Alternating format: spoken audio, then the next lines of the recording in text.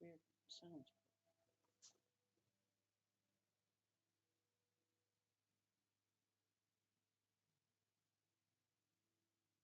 I'm very jealous of that girl's hair.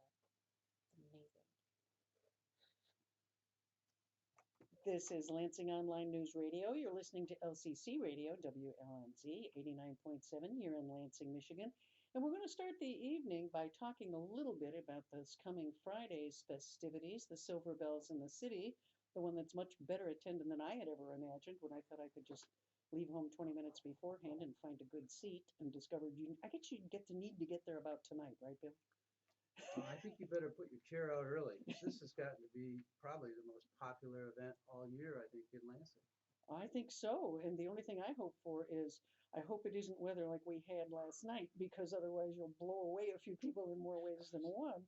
It'll be less popular if it's like that. Now, we are going to talk a little bit about the radio show that goes along with this. And Daly and Lowry is here with us, as is Karen Hopper of the station. And it begins at 8 o'clock, or roughly 8 o'clock, at Dart Auditorium with a Seussified Christmas Carol. Right. And that is, what kind of production is that? Well, this originally started as a stage play, and I've done an adaptation for radio for it, and it is the best way to say it is a Christmas Carol, so Scrooge, the story of Scrooge, with a Dr. Seuss spin. Wow, that's combining two classics. Yes, yeah, and it's You must have to pay copyright like crazy for it. we did some copyright payments, but yeah, it's got a hint of the Grinch in it, but it doesn't really revolve around that so much as it's almost the classic tale of Scrooge told in a Dr. Seuss fashion. With that kind of rhyming, Yes, McGilligut's Pool yes. kind of, interesting. So the language gets a bit Funny at times. funny at times, Yes, okay. goofy, silly. How many people are in the cast? Who are our stars? I'm not positive who all or how many people we have all together. I would guesstimate probably about 20 some people in the Wow. cast. But overall, you've got probably about a good 35 to 40 people involved in the production. Every year we invite, I do want to mention that it's a Seussified Christmas Carol by Peter Bladel, was the original writer of the play itself as a stage play. But we always invite media personalities to be a part of this. And this year we've got Evan Pinsonall with us. He's from TV6, and he actually played, last year we did the Scrooge, and he played Ebenezer Scrooge. Anybody who saw that, did a phenomenal job. So it's going to be interesting to see him still to pull that off in a rhyming fashion. Interesting. Yeah, it Ooh. will be. Jason Colthorpe. You can't just sort of improvise then, can you? No, not really. If you no. forget your lines, unless you can improvise in rhyme. Yeah, right, Yeah. exactly. Jason Colthorpe from TV10. He's going to be narrating along with our own Jack Robbins. We've got Parker. He's from 94.1 The Edge. Also, Christy Love from the WFMK. You may know her counterpart, Karen Love. And then Chris Tyler from WITL, which is Will. Wow, it's sort of a local media star production. It is. We've also got the LCC Rock Ensemble helping out too. They're going to be providing music, and that is actually a class that is here at Lansing Community College. So we're happy to have them on board to kind of experience what happens there. Can I ask something about how you would adapt a play for the ear? Because it is different to write for the ear. What kinds of changes did you have to make? Well, definitely. I mean, honestly, the main priority is to try to figure out what is visually happening in the stage play, and then turn around and you have to verbalize it. Like, for instance, one of the things that we had was in the original A Seussified Christmas Carol, Jacob Marley is actually called Jake Marley, and he's not the normal Jacob Marley. He's actually kind of a nerdy looking guy. And because of that, when if you're watching it on a stage play, it's pretty obvious right off the bat. You get that quickly. Yeah. But because of that, I had to go ahead and kind of write out a rhyming description. So I had to be a poet too of what Jake looks like. And you remember that description? I don't, but if Okay. if you want to talk to Karen for a bit, I can run and grab that real quick. That's okay. Well, do you do the chains for Marley and all that kind of? Well, see, that's the thing. He doesn't have chains in this one. Oh, he doesn't have chains. Does he modernize that? Chains. Yes, Modernized. he is a nerd, and What would a nerd So have? he has like a phone, like with a Twitter sound on the phone. Oh, right? right? Well, he has horn-rimmed glasses with a Band-Aid in the middle. Typical I see. stereotype. Yeah, but that's hard to see on radio. You're right. But it is, yeah, and you have to describe it. Of course, a lot of the things that we do, if you've ever caught this, last year I wanted to mention that we did have the chains last year. Oh, did you? Yeah. Yeah. It was, and it was a huge part of it, and it was really fun to do. But yeah, the Foley stage, of course, is the Foley is the sound effects. And this goes back to traditional theater radio with the Lone Ranger and everything back in the day. And that's a good part of what we do too, because it's a theater of the mind. I did bring some stuff here. That's what I always love to listen to, is how you make sound effects. Yeah, I thought either you've done that or you have decided to go all sort of Monty Python on us. Well, and it's a little bit of both. So, and most people are going to recognize this one right away because of Monty Python. It is perfect, isn't it? And yeah, it's two coconut halves being banged together. That's all it is. And those are hooves on cobblestones, whether you've ever heard them or not. Exactly. Yeah. Yep. And even if, I mean, you just automatically think horse. Yes. All right. So this next I one. wonder if there's ever going to be a day when an audience is so young, so far away from Oh, I horses see. that they don't remember it anymore. So urban.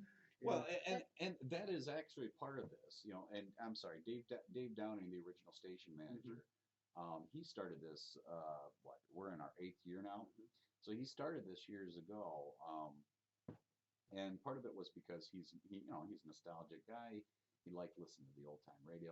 That's part of what this is about. Is it's almost kind of bringing back that old time radio sound and helping younger generations experience what it was. So it's pretty cool. Did you have something to say? I was just going to weigh in as an equestrian, where when I've listened to natural sound of a natural recording of horses' hooves on pavement or cobblestones, it still doesn't necessarily register to my ear as easily as the coconut. See, That's how ingrained I think it is in the culture that the coconut halves are horse hooves. They are, aren't they? Yeah, even more than the horses. Yes, absolutely. Plus you don't have to feed them Right, Yes, right. or clean up after them. Yes. So here's an example of another sound. I'm just going to go ahead and do this real quick. Walking It's walking. through like a forest or leaves. You or could do leaves, forest. It could even be snow. snow. Oh, yeah, the it could be crisp, snow. crisp snow. And again, all you're doing is you're making the noises with just everyday items. This is, of course, it's a bucket of shredded papers. Yes. I got one last one for And you. even though this is This is radio, kinda like you the can go feelings to that- LansingOnlineNews.com and see the webcast, so you could tell. This is one of my favorites. So Ooh, yes. it's I'm gonna come back here because it's kind of loud. Kind of loud. Wow, that's impressive. Wow. I think I heard that last Last night. night, yes. In fact, I ran and said, maybe I should pull the plug on my computer. My dog is now cowering in the corner someplace. Oh no, poor puppy.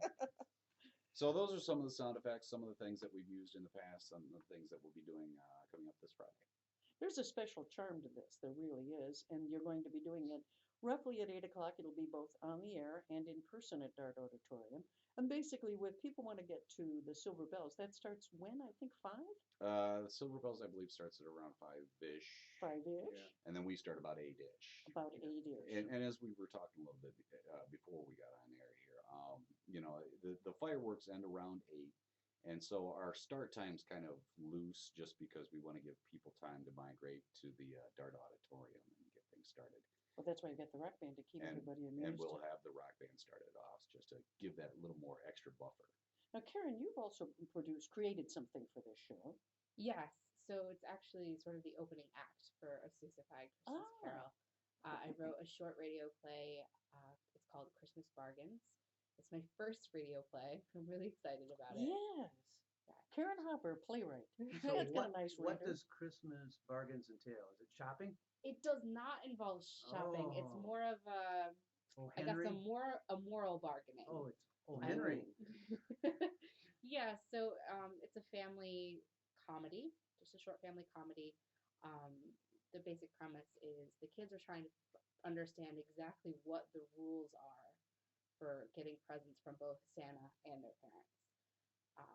And I found it to be really fun to write, and actually, I think more natural to the way I think about situations than screen or teleplay. It turns out I'm not actually all that visual of a person, so anytime I've ever tried to Ah. write a screen or teleplay, I have to think really carefully about the pictures and really obsess about it. And the radio play, I felt, came a lot more naturally to me. Now, is there a future as a radio playwright these days?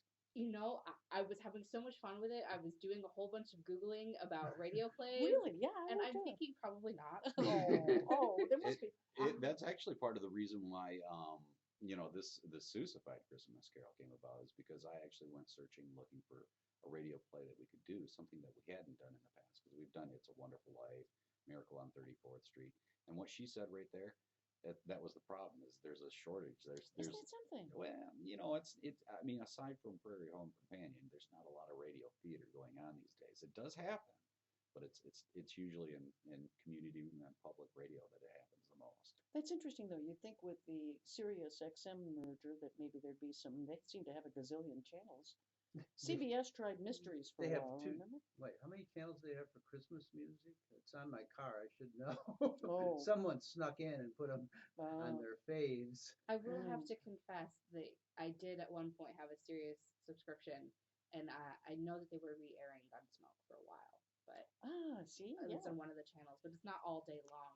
It's certain time slots. See, now I'm old enough to have grown up with the Creaking Door and Stella Dallas and all of those. Yes, I mean they were, for me, those kinds of serials were very common, part of my youth. At least, and there was the Phantom, and he was only once a week. He was a big deal. They didn't write for him nightly, but there was quite a bit of radio theater in the early years, and I've always wondered why it disappeared. I mean, I guess visuals will always trump audio, Right. but for a certain audience, I'm not sure that's true.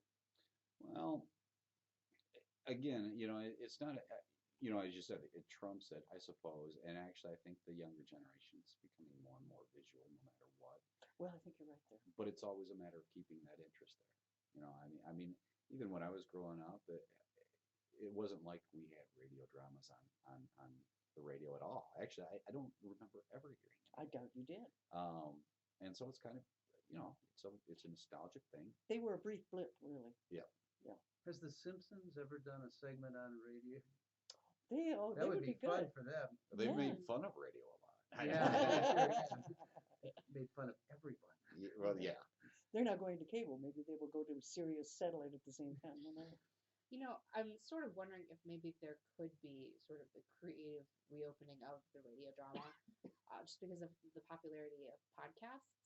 I've heard of Yes. people that enjoy comedy podcasts while they're working instead of listening to music. They're listening to comedy podcasts or political or cultural podcasts, and I think there could be sort of a re-exploring of the radio drama in podcast form, but I don't know right off the top of my head of anybody's actually doing that. Talking Well- books are popular in the car. Yeah, Yeah, that's I true. can tell you that, like I said, Dave Downing, the former station manager, he's the one that kind of got this started, and this got to be a tradition for the It radio did, station yeah. over the years.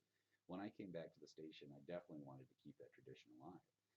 Dave, I know only via Facebook. I don't know all the details, but I did see an announcement that he was going to be teaching a radio drama Yes, class he at is. MSU, at right. MSU, Yeah. yeah. So maybe we'll that's kind of revive that exciting. art, and maybe Right. there'll be a future for you here as a Maybe. burgeoning playwright. Well, the for sound radio. effects alone do have, they use them in video games. Oh, Well, yeah. that's They use right, yeah. radio sound effects in video games. Yeah. Wow. Which is kind of unusual. So it's going to be Friday evening, Yep. 8 p.m. at Dart Auditorium. Your play comes first, and who is stars in that? Okay, I'm going to play the mother. Kevin Willett is going to play the father. We've got Adele Colson. Adele Yes. Colson. She's going to be playing the elder sister, I believe, and then Ariel Anderson is playing the younger sister, and then we have a small part for, is it Forster? Oh, we'll have to talk about that afterwards, because you didn't tell me you were keeping that part. Is that a little Oh, kid, okay. maybe? So yes, we will. Oh, okay. So you get two plays for the price of one down there on Friday evening. You'll get your And play for price, we should add it's free. Yes, that's true. Yeah, it's completely free. There's no, if you can offer a donation, of course, it helps to go towards community radio. So, we do appreciate that, but there's no obligation. It's just a wonderful thing, and I'm really looking forward to hearing it. I may not get down, depends on how the weather is. I currently have 2 pine trees on the electrical wires and on my house, so we're going to see how rapidly I can get. I Maybe think the I'm situation about, with a good portion of the area. yes, I think I'm What about does an 8,000 electrical on my fire list. sound like on radio? It's going to get exciting. Somebody think about that. Crackling? Yeah. I don't think it involves any words that we're allowed to say on Yeah. radio. Well, thank you, and we're going to listen to you Friday evening. Thank Great. you very much. Oh, thank you. so Thank much. you. This is LCC Radio 89.7 here in Lansing, Michigan. Bill? Yeah, the parade for the Silver Bells in the city starts at 6 p.m. and that's one of the Oh, big. 6. Oh, okay. It's one of the big things. As soon as it kind of gets really dark, that's where all the floats come in and giant cement trucks, all lighted. There's a lighted portion of Yeah, that. it's That's spectacular. just pretty. Yeah. Lansing had one of the first in the country. And now they're being replicated all over. I just went down and got the lights at the mission. That was as close as I could get. Yeah. The night that I showed up late. And then so. we do the Christmas tree, which already looks better than last year's. Remember the The last leaning year's was tower of horrible. pizza Yeah. that looked like It was really bad. yeah, it got they're guessing. I mean, when you make something that big, you just think, gee, this will look good until you try it. Right. Yep. Kicks off the Christmas season here in Lansing. I always think it does it a little early by starting in advance of Thanksgiving, but that's apparently the tradition Well, here. Thanksgiving's late this year too. It's 28th, so it's yeah, going to that's be true. a lot in That's what advance for you. Well, thank Thank you very Thanks. much. Thanks for having us. Yep. And now we're going to be joined by my pal and former, I don't know if I should rat him out like this and say one of my former students, Sam Inglot, who is now with Progress Michigan. You've had an interesting journalistic career since last we met in the classroom and the online. And Yeah, I've kind of been all over the place. you have, yes. You were at City Pulse for a while and Yeah. Well, real close to the mic, yeah. if you would. I mean, let's see. I've been at. I was an intern at MERS. I was with the former Michigan Messenger when that publication existed. Wow. With my good friend Todd Haywood. I was his first and only intern. He likes to brag about that. See, so all the sins you may commit in the future, you can always blame on Tom. Exactly. I already blame most of the mistakes I make on. And the Todd good anyway. things are all yours. Right, exactly. Yeah. But yeah, I've been at Progress Michigan now for 3 months, 4 months, something like that. It's You've just launched a new sort of portion of the website, the web presence there. yes, It's #SnyderFails. that's right. Yeah, it's snyderfails.org. And it actually is its own separate project from Progress Michigan. It's a full-time job for me.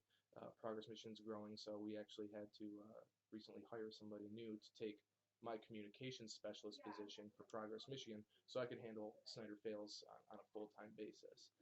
And it's going to be basically a Rick Snyder accountability project leading up to the election, highlighting all the areas where Rick Snyder's policies have failed working families in Michigan. So it's kind of like the anti-dashboard that they have up there. We just Yeah. I haven't Don't. looked at the do dashboard not look lately. at it. Yeah, they tend to like to move the goalpost on certain things at times. Well, weren't the benchmarks fairly vague and broad to begin with? Yeah, they were. Our page on it was Snyder by the numbers, and we actually took a page from J School and created a nice interactive infographic that highlights. Carl Good Carl had Good would be- Yeah. Yes. He was there when I was when I was coming up with it. I'll bet. And things like it basically just highlights in simple numbers, how bad Snyder has been for Michigan. I mean, Wow. we were second in job growth when he took office. We're now at 22nd. We've seen 3 straight months of increasing unemployment, and this site is really just going to be kind of taking him to task for his agenda and really advocating for working families across Michigan. And then you're going to tweet off that then. Yep. Use that hashtag. Hashtag Snyder Fails. Yep, it's on Twitter, we're on Facebook. Actually, funny Twitter story. I was By the way, YouTube is down, so if you have any YouTubes, YouTube Okay. has been down for all a right, couple of that's good to know. I'll probably check that out. I was we just on Friday, which was 4 days in, we had over 100 Twitter followers and 100 likes on Facebook. One of the Twitter followers actually was Nate Burleson, the wide receiver from the Detroit Lions. Which I thought was kind of interesting. I don't think it's long before we have the entire locker room. I guess so. You think, I don't know, maybe are they worried about a stadium deal or something? Yeah, I'm not sure. Well, one of the reasons that I want to follow this is that one of the things that's happened with the Snyder administration just recently is the new law that now removes all of the accountability on the part of the courts from Ingham County and puts it down into the appeals court, which has a real impact on me because I'm a plaintiff in the ACLU right to work lawsuit where they kept the press out of the Capitol during the Thursday before that big Monday extravaganza when the bill passed. But on that previous Thursday, which was a work day at the Capitol, they had the state police there and you couldn't get in. And it was stunning to me because I mean, I'm so used to being able to go to the Capitol and it's always been open and accommodating, and no matter which particular group of crazies I happen to be accompanying, it's always fun to go in. And now all of a sudden to find myself shut out, and now that case is probably going to go nowhere. Yeah, this whole court of claims move was really just kind of obviously it was rammed through. I mean, there wasn't even time to breathe with it really. There were outcries from Democrats, even I believe it was the Detroit News even had an editorial saying that this was just the wrong thing to do. It was a matter of 2 or 3 weeks, and they shifted the court of claims, which since the 1970s had been in Ingham County, and I just find it odd that there are so many lawsuits filed against Rick Steiner and state right now for things like right to work, for things like, I'm sure the Detroit bankruptcy, there's a slew of lawsuits on the way for that, and then the Nerd Fund. And I just find it odd that, all this stuff is kind of hitting the fan with them, and then they, in a matter of 2 weeks, decide we're going to move this. We're gonna shake things up and really kind of disrupt the whole process of these lawsuits.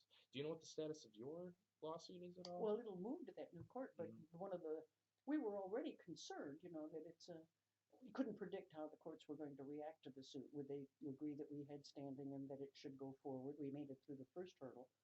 But it seems almost a lead pipe cinch that when it gets to the appeals court, that's been a pretty friendly court to the GOP. Well, they have 2 Dems on that, though.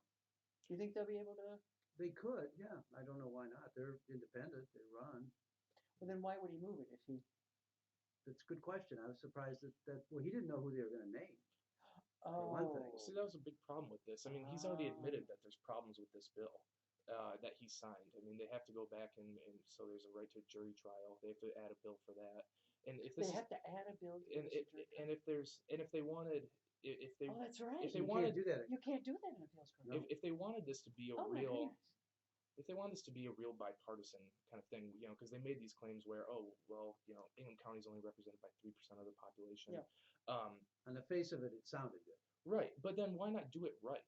Why not put that in the bill where you would have a bipartisan slate of judges? This kind of sets a scary precedent too, because we've seen over Steiner's tenure what he's capable of doing in a very short amount of time. Well, these all seem to be anti-democratic moves. That's what really concerns me. The whole strengthening of yes, we had emergency manager laws on the books, but first of all, they weren't used, and second of all, the laws were weak. Now they've been strengthened to the point and where they were overturned by voters. Yes, and then brought back. That's right. Greatest hits back again. Mhm. One of the issues that was brought up that I thought it's just fundamental. Who do you appeal to? Well, that's right. Then who do you appeal to? The other members of the court. It just goes out one door and comes in the next. Right. And that's What do you think the decision will be? That's a collegial body, though. Maybe you get less collegial. Well, that could be. I mean, you're hearing. Do you think they may have outsmarted themselves? Are you suggesting that they may not be getting, or did they just think that the roll of the dice was so bad here in Ingham County that anything else would be an improvement? I think they're just grabbing for any kind of. They're trying to rig the system as much as they can. I think they're just kind of firing blind. And disrupting the process. Obviously, they have a lot of lawsuits that are against, GOP type legislation and policies. And do they you have wanted any to shake stats things on whether there's been an unusual spate of suits against this administration compared to others? I don't know that. It would be interesting to know. I don't know how you could even track that. But I think it would be difficult. But the other thing that they kind of overlook too is, say you've got a freedom of information request in northern Michigan. That's now heard. Oh, really? Oh, that would be. Say it's against one So of you the mean state hospitals. they're not complying, and you need to go to court, so it's going to go. Oh, interesting. It used to be heard by a local judge. It's not going to happen anymore. I'm almost 100% sure. And when I look at how slow the Court of Appeals tends to move, part of it may not just be the final disposition, but the slowness of getting it through the process. So by the time the decision is made, it might already be moved.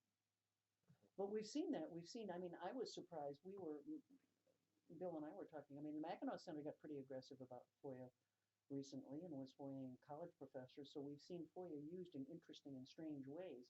I wonder how the courts would view that, whether they would think that's an intrusion on privacy or not. Yeah, that's a good question. So tell me the story of the Nerd Fund. The Nerd Fund. Yes. Which This Governor Snyder's Nerd Fund. yes. Well, that's something where you know,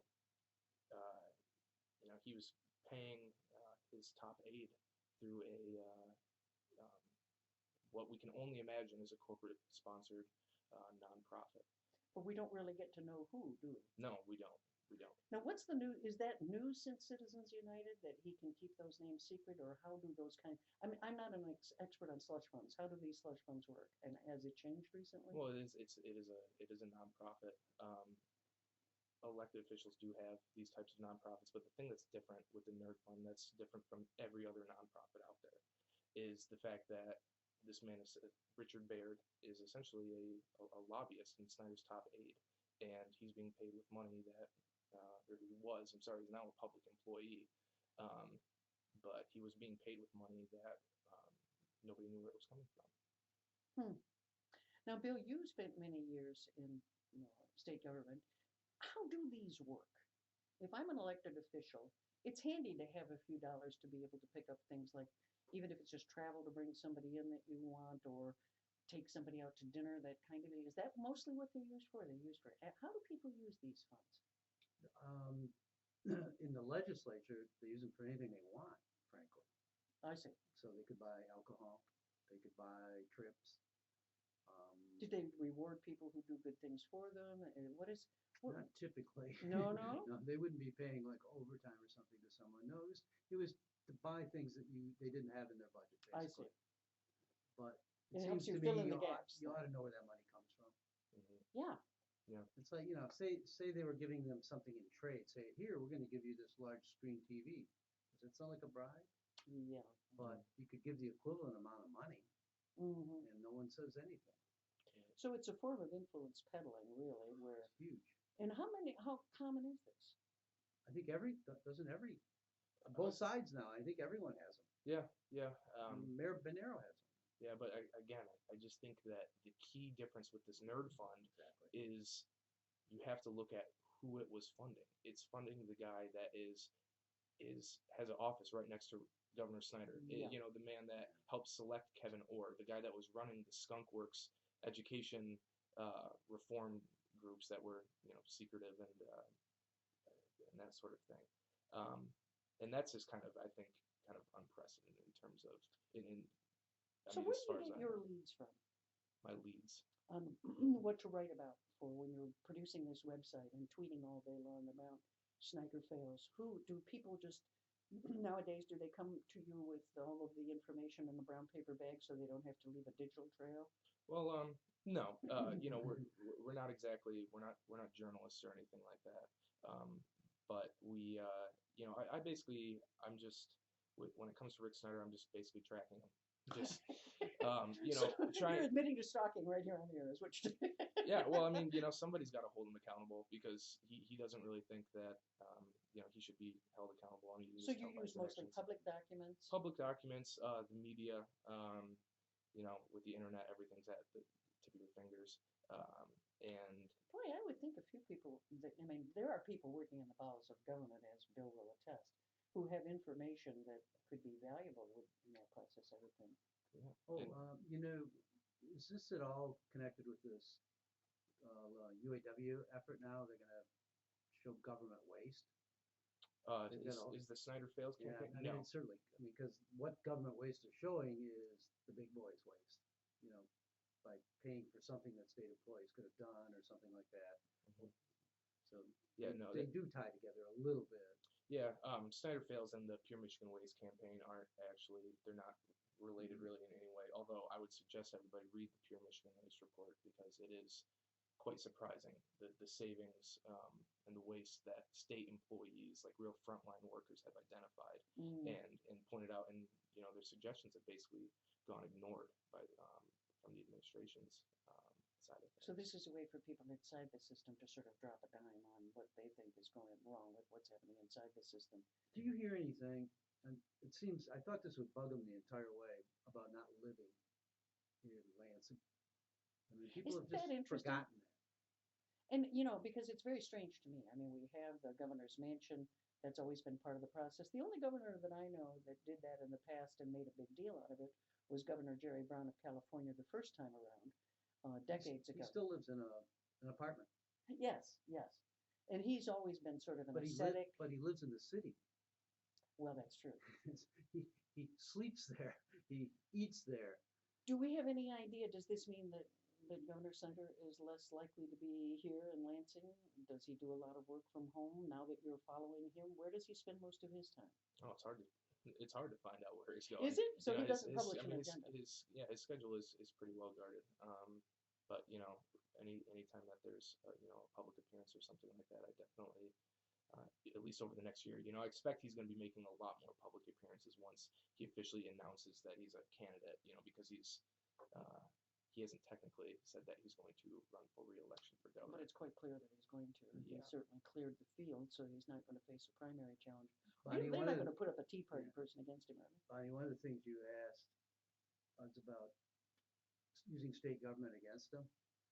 When Blanchard and Inglot were running, Governor Inglot had, I guess we'd call in place spies in all the departments. People who were friendly to his candidacy who Yes, worked he in those didn't like Jim departments. Blanchard, so they were feeding him information Oh, sure. constantly. Yeah. What it enabled Inglot to do is simple things like show up at the same place. Because it's interesting to me. I think there was an era when public officials were a lot more accountable because you knew where they'd be during the day, but not anymore. No, they're working because of the digital world. They work allegedly anywhere, but Yeah. to not have to rub shoulders with everyone else in this political community to me is a little strange. It's kind of aloof. It is. This is LCC Radio, WLNZ 89.7 here in Lansing, Michigan. We're talking with Sam Inglot, who is with Progress Michigan, but in charge of their new project, which is Snyder Fails, which is a new sort of standalone website that's going to be holding the governor accountable. Now, what will Progress Michigan, they will give you the carte blanche to cover everything about the governor, or will they be covering the governor as well? Oh, I'm sure How do you draw the line between what's yours and what's theirs? It's just kind of a balance. I mean, it kind of depends on, what kind of product we're putting out from Progress Michigan in terms of press releases, blogs, things like that, and then what's coming from Snyder Fails. Obviously in my mind, Snyder Fails is, that's my project, so that's kind of my first priority. But we just got to strike a balance. I mean, and then that's what bringing in somebody new will definitely help with just taming the workload. Is there money to hire research? Apple Research kind of? Yeah, that kind of thing. I'm sure. That's kind of what the Mackinac Center's built their credibility on is research. Right. And they have quite a budget and a staff to do it, so that, Yeah, that just a little bit bigger than ours. Yeah. By exponential amounts, I imagine. Do you have any favorite, are there corporations that back your work? Oh, I couldn't really tell you what's on our books. I just do the writing. You just I do do the the writing writing. and I do the editing. That's There used that's to what be I'm a around few. for. Wasn't there an occasional Well, Stryker used to. Stryker used to, for one. yeah, and the Mott Foundation. Mott Foundation. Used to, well, not the Mott Foundation, but there was a different Mott. There was a lefty Mott. Stewart. Was it Stewart? Stewart, but I don't know that Stewart's alive anymore. It must be his son that's doing it now. Wasn't George Soros? Was that a big? Oh, yes. Oh, he's still the big He money is the man. big Okay. money man, yeah, Yeah. George Soros. Yeah, we need to find. He's the equivalent of the Koch brothers, but not that big a player. Yeah, he doesn't have that much money to throw around. So that's always a challenge. So you get quite a bit of public support, though. A lot of people check you for headlines and Oh yeah. yeah. So that's they can sign up for RSS feeds, Twitter updates, all kinds of things. Oh yeah. Like you on Facebook. That's how Mhm. you're going to build an audience. Oh yeah. Yeah. Tell me who your audience is. What kind of people? We always say we're advocating for working Michiganders. Okay. We're What happened to poor people? poor people. who don't have a job, who aren't working. The Dems have changed their line over the years. Who? Yeah, that sounds like a Zeus. You know, I mean, I get a little irritated with the working families line because there are plenty of people who really need to be heard who don't have a job, so they're Right. not working, Mhm. and they're not working families, and there are people who are poor, and I would like to see them included. So, Oh yeah, and when we say working families, we're talking anybody that is trying to make a living for them and their families, whether or not if they're working to find a job or if they're just working to put food on the table, any way they can. That's who we're advocating for. We're not interested in what will help the bottom lines of big businesses. We're not interested in the corporate sponsored legislation. We're looking for stuff that is going to help the regular folks, the people that do get hit by, when Rick Snyder and the legislature cut the earned income tax credit. that was stunning. Cut it by, I think it was like 70% or something like that. I mean, and you're talking a serious, taking away of a tax credit that's going to hurt families. The irony is that that was an idea that was sponsored by Senator Moynihan under the Nixon administration when he was an advisor for Nixon. This really came in under Nixon. And the idea was that rather than give somebody a guaranteed annual income, which had been the sort of left's dream at the time, was that everybody would have a floor under which you couldn't fall. The idea was that, well, then we would just sort of a negative income tax. You get back more than you paid in if you qualify under certain circumstances. I know because I ended up doing a video for the Northwest out at the Northwest Initiative about how people could apply, and they had a lot of help for poor people to be able to go in and apply for these benefits, and now they're pretty much all gone. And that's really, And it's amazing it started as a conservative agenda. yes, It became liberal. it was supposed to be if we don't do this, we'll get a guaranteed income. Yeah, it's definitely a problem. I mean, in terms of, people living in poverty, I think it's like 25% of children live in poverty, 17% of adults. I mean, you're talking really staggering numbers of people that are barely making it. People that are one, small medical bill or one speeding ticket even away from being homeless or just really abject poverty. Now, Governor Snyder was willing to defy some of the Tea Party people, however, by being willing to have Medicaid extension into Michigan. So are there ever times where you give him props for doing something right, or? Well, I mean, I think it's kind of hard for you to give somebody props when they do something that's just common sense. Expanding Medicare or medical coverage to poor people and low income people. Especially when you're not paying a dime of state Right. tax money, right? I mean, that's you don't want uninsured people, and so and yes, Rick Snyder did advocate for Medicaid expansion, but he had no pull with his party whatsoever to give it immediate effect. Right. So it's going to be delayed until next year, and that's costing Michigan $630 million in federal funding. It's just stunning. It's just stunning how much free money is going wasting with Republican governors who are refusing to accept that. And the argument is, well, someday in the future we might have to pay something. Wow. Right. Yeah. No. We need a state that will take everything. Yes. It's Gimme, gimme, that gimme. way. Yeah. Yes. Yeah. It's So what are we seeing on the emergency manager front? There's some big decisions coming soon, so you must be prepping yourself on all of this, learning the nuances of all the different permutations of what can happen. What do you think is going to happen to Detroit? Oh man, that's a question. Yeah. What do I think is going to happen to Detroit? Oh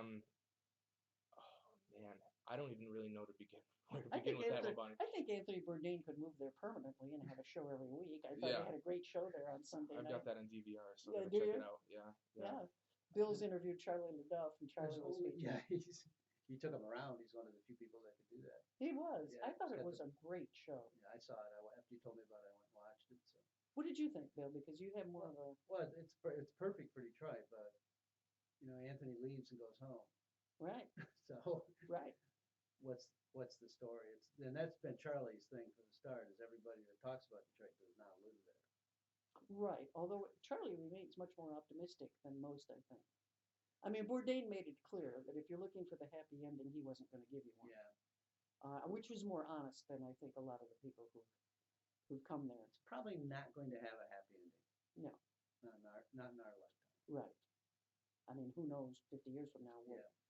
with I the think world it, it's probably in a good position because when you get down, when there's nothing left, it's easier to come back. True. I mean, it's from a strange point of view, it's, you watch, I think it'll look like in 10 years, an entirely different place, and feel differently.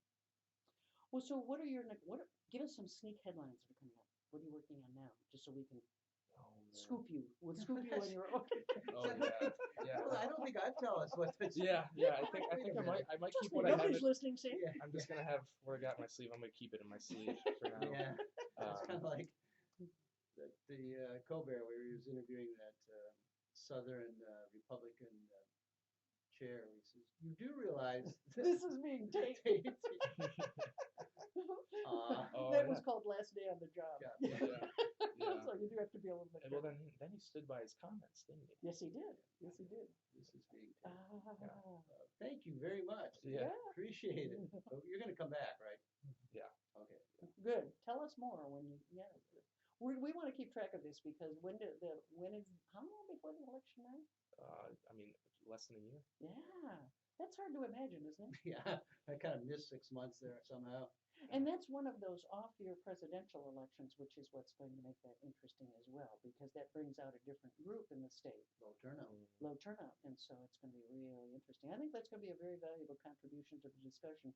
Thank you, Sam. We really appreciate you coming down here and talking with us. Yeah. Thanks for having me on, Bonnie. LCC Radio, WLNZ 89.7 here in Lansing, Michigan. And I now see I have to turn my magic webcam where no one will be able to see these marvelous postcards that Valerie Marvin has brought along with her. What would you like to see first? Well, some of those actually look familiar. The one that is that sort of design is very common, isn't it? This Every is- city's had one. Yes, and this is actually a new version that was put out by the Convention and Visitors Bureau. Oh, And we're going to be handing these out at our event on Thursday night that we're having with the Historical Society. the Historical Society of Greater Lansing will be Yes. showcasing postcards from the past. Lansing postcards. Thursday night, we'll be joining the Friends of Turner Dodge, and we're going to be having at the Turner Dodge House a postcard panel. So we're bringing in 4 local collectors who are going to be sharing some of their own favorites that they've collected over the years. And we're also just going to be looking at some very iconic images of Lansing that, whether or not we realize it, I think they're part of our image of the city in our mind. It's interesting to me what postcards people collect because most people don't intentionally think, I'm going to collect postcards. They just pick them up as they travel or they see it somewhere and think, wow, that's a great angle that I could never get in a photo. Right. And suddenly they end up stuffed in our desk drawer or on the refrigerator. And before you know it, you have a new collection going. Yes, you do. And what amuses me is how inaccurate some of them are. Oh, really? This is one of my favorites. This is the State Capitol building. Quite It is still a 1 penny postcard, which is what Wow. they cost. And if you look at it, the Capitol Dome is green. Interesting. Which the Capitol Dome has never been green. Should be. But there's some Should have a artistic giant dollar license. sign at the top of that fire, too. But it shows some of the artistic license taken with postcards over the years. Yes. They sort of changed the landscape a bit. I actually worked for a postcard company, Did you? Duquesne Press in Hollywood Beach, Florida. I was desperate for a job, and I went to work there, and I was going to be, I got moved to other divisions, but I was starting out in postcards, proofreading postcards. There's not much to read on postcards. I found it very difficult to stay busy for 8 hours a day reading the tiny amount of script on postcards. Some of them do have captions. Of course, what makes most postcards interesting, though, is what's written on the other side. Although early postcards, you wrote on the front of them. This is something I learned as we've been putting together information for this event. Early postcards just had space for the address on the back, and you were not supposed to write anything. Yes. So there would be a little box over on the side, and you would write in your message there. And unless you had microscopic handwriting, you couldn't fit more than a sentence or two. And so we've been joking that this kind of makes it the tweet of the day. Yes, if it was, you wasn't will, it? Yeah. because you have a very limited space for your message. And like Twitter and Facebook and everything else, it was extraordinarily public. You were airing your business for the world to see. And you still are. Yes. Oh, absolutely. Oh, And very I've much. read some things on postcards that I can't talk about here. I'll bet. I was And- like, oh my gosh, and this and is like 1910. And you and all of the people at the post office also shared them. Yes, right. I mean, that was sort of our early version of the NSA, was whatever the people at the post office figured out you were saying. And there were all sorts of different kinds of postcards. This is a holiday postcard, actually. People would send these out sometimes instead of a Christmas card. I Ah. have one at home that is actually a birth announcement from 1911 when my grandmother was born. It's a stock card that you bought with a picture of a nurse and a stork on the front, and there's little lines to write in the baby's name and birth date. Oh, that's And clever. then on the reverse side, there's room for a message, and it says, Mrs. So-and-so is delighted to tell you that her sister and her husband, Mr. and Mrs. So-and-so, have welcomed a baby girl into their family this morning. Now, if you're a postcard collector, do they decrease in value if there's something written on them? Do you want pristine cards when you're a collector? Sometimes the message can actually make them more desirable, Oh, really? from what I know. Especially if it's a message that is tied to a historical event Or a famous person? or a or- famous person. I Mhm. saw someone, like a card that would Oh. have been delivered on or where it mentioned the assassination of John F. Kennedy would be Yeah. collectible. It varies by collectors. Some like nothing on their cards. But if it's such a rare card that they take it in any form.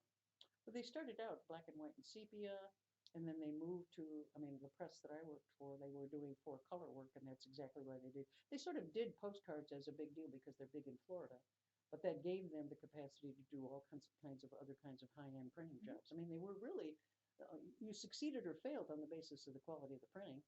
And a lot of the early postcards were printed actually in Germany. This Ah. postcard right here is the Library and Museum at Michigan Agricultural College, when it was Michigan Agricultural College. And in the back, it says, published by H. Morton Clerk, Lansing, Michigan, made in Germany. And it has a nice little lithochrome trademark on it. Lithochrome. Probably prior to World War I. Wow. Because after World War I, Probably would not have been the on friendly Germans terms. didn't really print much. No, or they put Yeah. nasty things in the Yeah, back. that was a big transition. That opened up a whole industry in this side of the Atlantic. A lot of postcards were rotogravure, which was a Right. very expensive process. So that's Beautiful. Beautiful, It's just absolutely gorgeous. You could gorgeous. see great depth of field in a lot of them. Oh, some of the most popular postcards are also photographs. Yes. And this is actually a run of postcards that was put out by the MSU Archives, looking at significant moments in MSU history. And these were done just a couple of years ago, 2009. This is They're still doing them celebrates- this late? yes, this celebrates the 100 years of the state news. But doesn't it look And- old fashioned? Oh, it does. Well, it's a picture, mid-century, and it Yeah. says "State makes Big Ten." Yeah. And 1948 Wow. is the date on that. And you could, when you went to a portrait studio to have your photo taken, you could have postcards made of that as Yes. well. I used to make our own Christmas postcards instead of Christmas cards. First of all, I didn't have to fold them. And then, but second of all, they're cheaper to mail. Yes. Much. And that So was that one made of the, them that very was one of the popular. advantages, wasn't it? Mm-hmm. Because they only cost a penny. Yes. I think they're, what, are they up to a whopping 14 cents now? I Oh, believe? no, postcards are Oh, more than that. postcards, They they're gotta be in the 30 30s. something. Wow, Mhm. they've really gone up. It's interesting too, because if you look at the postage mark on this is the German card. It says postage, United States and island possessions, Cuba, Canada, and Mexico, 1 cent. For all other countries, 2 cents. Hmm. Hmm. Exorbitant, double the rate. Yes. But it was an easy way just to check in. Today we send a text maybe when we get somewhere confirming. Or, Instagram. right. But at the time, imagine you're a college student. You've just gotten off the train at Michigan State or MAC at the time, and you want to let your parents know that you've arrived. If it's 1920, you're not going to call. That's a long distance phone call. That's Right. expensive. It's difficult to make. You would have to go to a certain place on campus probably to get an And outside the line parents would like have to that. have a phone, which in my Oh, case, our family absolutely. didn't have till the 50s. So what do? You pop a postcard in the mail. Yeah. Well, I And still it's saw. delivered the same day often. Yes. Wow. Because this is at an era when we have 2, 3, in some cities, 4 mail deliveries a day, actually, still. Wow, we forgot about that. Morning, noon, and nighttime post office deliveries. Now it's just the poor guy from Amazon Prime that I keep busy coming down my driveway. So what different kinds? You have a whole stack underneath there. Oh, I have lots. I brought some MSU postcards with me, and some of these are more modern. I have Sparty, I have Beaumont Tower. These were actually postcards that came from my mother's time on campus in the early 1970s. when They've postcards aged were a little well. more collectible. You know, and that's one thing that historians look at postcards for. You can pick up the history of a building and how it's changed. Oh, I'll bet you can. Sure. The Carnegie Library just across the street here, if you look at the earliest postcards, it's got, what do they call that? Cornices across the top? Yes. And Mm-hmm. they're gone in later postcards because they took them off. Oh. And some postcards have buildings on them that just don't exist at all. This is an image of the main building at the Industrial School for Boys in Lansing, Michigan. This was the Boys Training School, as it was later called. This is a postcard from 1915. It has a message written on the back in pencil. And it says, "Dear wife, I got home all something. Got here at 6:10. I am getting along fine so far. I just got my work down.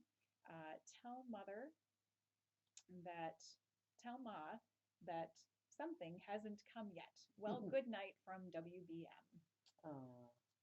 Yeah. Workhouses, Yeah, basically. pretty Yeah. much. For people who had no other means of employment and means of keeping things together. But a building that's now completely lost to the community. Yeah. And not a building that was often photographed. Most people, while they were traveling to Lansing and seeing the sights, did not visit the boys' training school. So a postcard of it is a At least not valuable record. intentional. Depends on what they did while they were here. True. Yeah. Some of my favorites are also the big fold-outs. Oh, This I is used to like Greetings those. from Lansing, and this has all kinds of different things in it. And it really shows you, too, how Lansing was promoting itself. You Right. have the Capitol building, you have the downtown district, you have gardens, bridges, the post office, you have the J.W. Sexton High School that had been constructed, Old Sparrow Hospital. Flip it over, you have the Bogey Tower, you have the downtown Washington Strip, Spartan Stadium, the fountain that is still in Reuter Park to this day, Bank of Lansing, more dorms, again, the industrial school. Really, it's an interesting idea way what to year that was? see how we were promoting ourselves. Does not have a date on it. Couldn't be earlier than the 50s. That's what I'm thinking. Yeah. Oh, It's- actually, it does. Looks like 1955, if my Roman numerals are correct. Looks about right.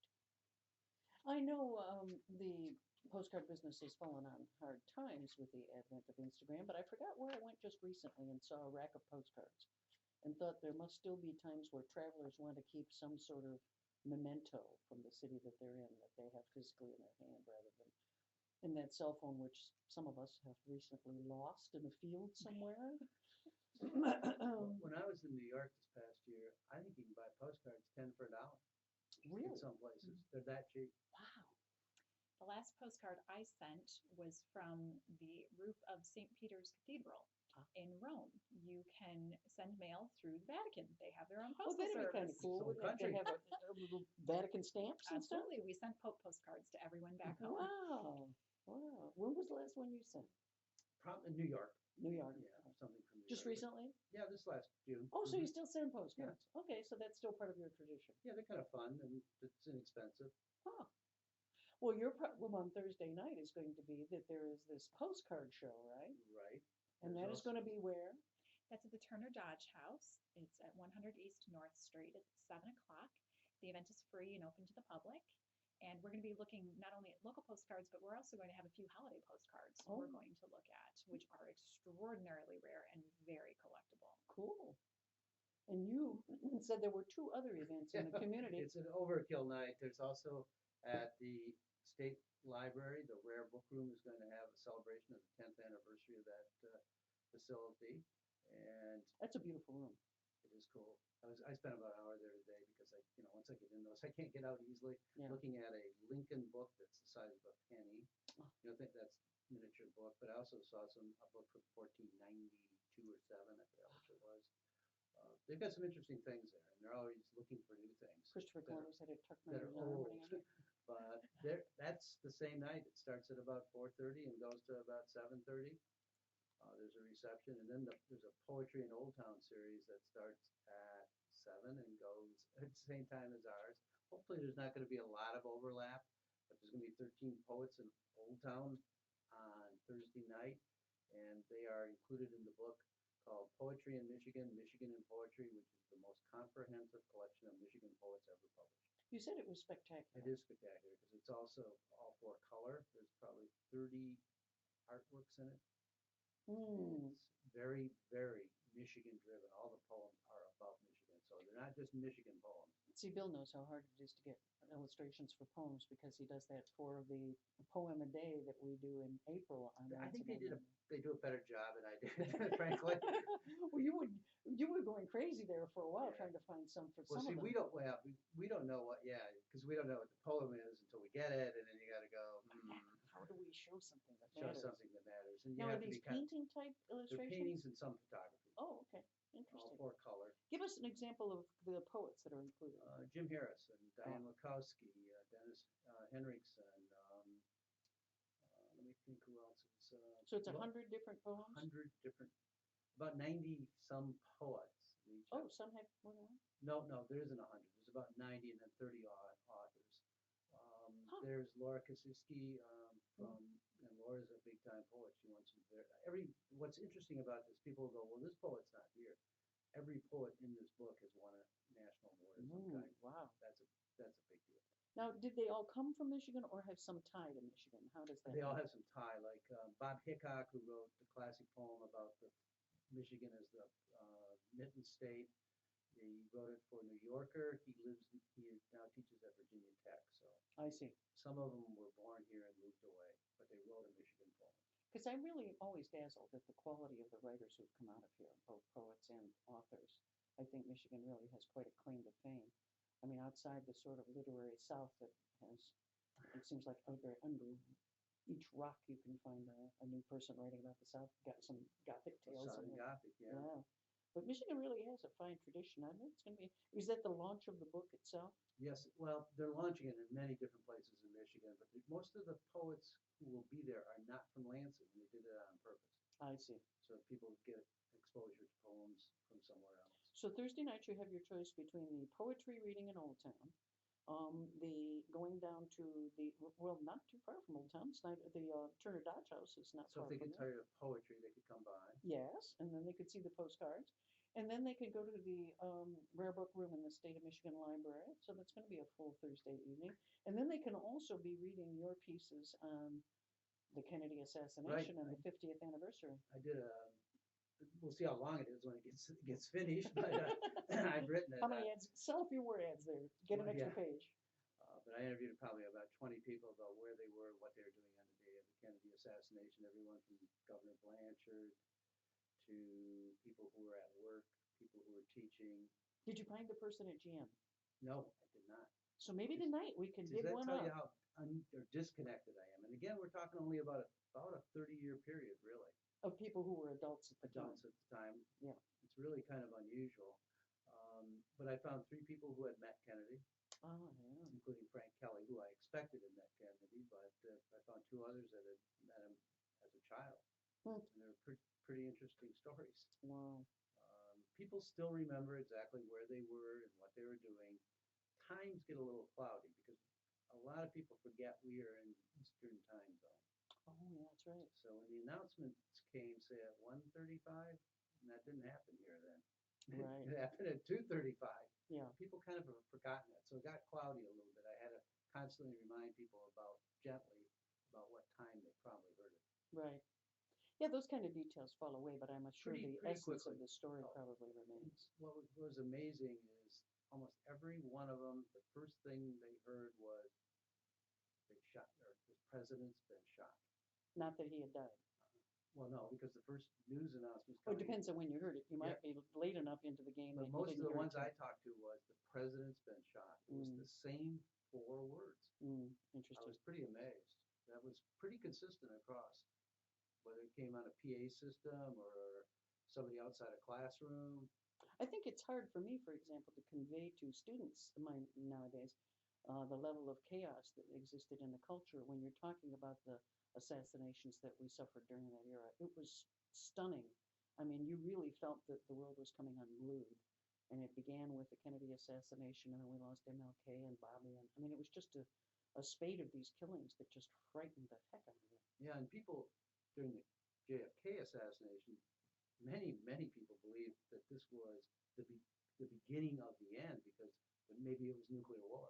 I know. We just did not know. We didn't know if it was the Russians. We do have a survey, a little quiz on Lansing Online News, and so far everybody seems to be a believer that it was Lee Harvey Oswald. I'm in for the Russians, but everybody else seems to be in for Lee Harvey Oswald.